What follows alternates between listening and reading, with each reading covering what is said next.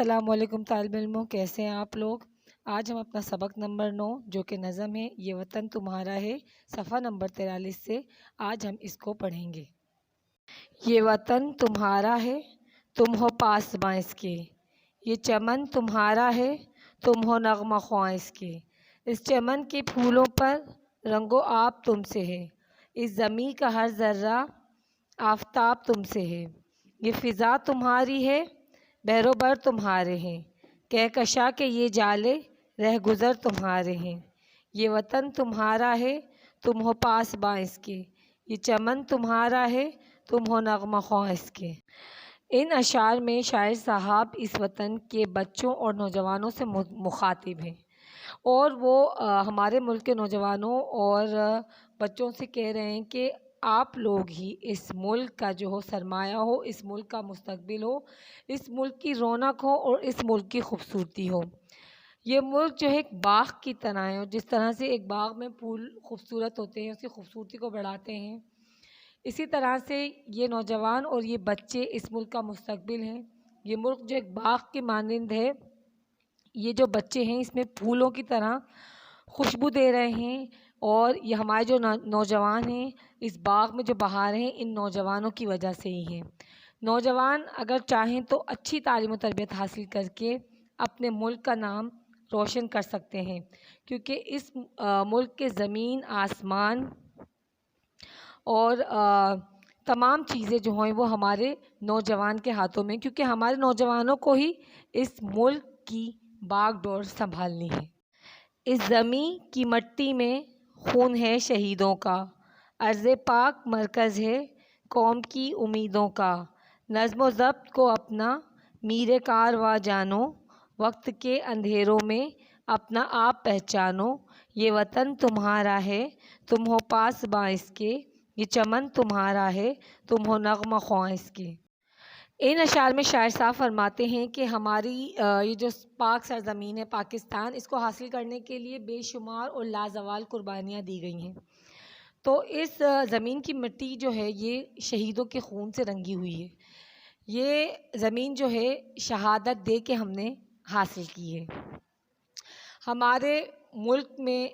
یہ جو نوجوان ہیں، یہ جو بچے ہیں، یہ ہماری قوم کا مستقبل ہیں، اور ہمیں ان سے ہی امید ہے کہ یہ ہماری امیدوں پر پورا اتریں گے، اور یہ نظم و ضبط اپنی زندگی میں نظم و ضبط کو اپنا نصب العین بنا کر آگے چلیں گے، اور وقت کتنا بھی مشکل ہو، کتنا بھی کٹھن ہو، یہ اس مشکل وقت سے نکل کر باہر آئیں گے اور اپنے آپ کو پہچانتے ہوئے اپنے ملک پاکستان کو ترقی دیں گے۔ یہ زمین مقدس ہے ماں کے پیار کی صورت، اس چمن میں تم سب ہو برگ و بار کی صورت، دیکھنا گنوانا مت دولت یقین لوگوں، یہ وطن امانت ہے اور تم امی لوگوں،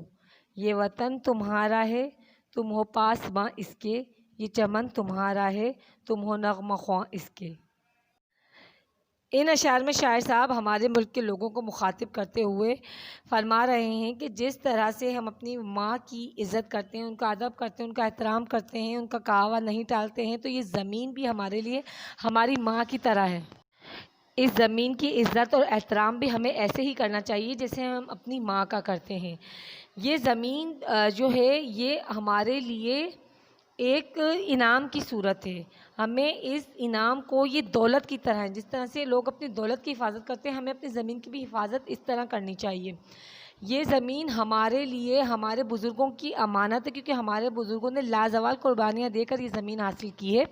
تو ہمیں چاہیے کہ ہم جو ہیں اس زمین کی حفاظت اس طرح سے کریں جس طرح سے ہم اپنی دولت کی حفاظت کرتے ہیں، بلکہ دولت سے بھی بڑھ کر ہمیں اپنی زمین کی حفاظت کرنی چاہیے۔ یہ زمین ایک باغ کی طرح ہے، ایک چمن کی طرح ہے، اور ہم اس باغ کے اندر ایک پودے ہیں، ہم درخت ہیں جو اس باغ کو خوبصورت بنا رہے ہوتے ہیں، اس کو حسین بنا رہے ہوتے ہیں، اس کی نشو و نما میں مدد کر رہے ہوتے ہیں۔ تو ہمارے ملک پاکستان کو بھی ہمیں اسی طرح سے اپنے ملک میں نظم و ضبط لا کے، اپنے ملک میں قانون کی پابندی کر کے اپنے ملک کو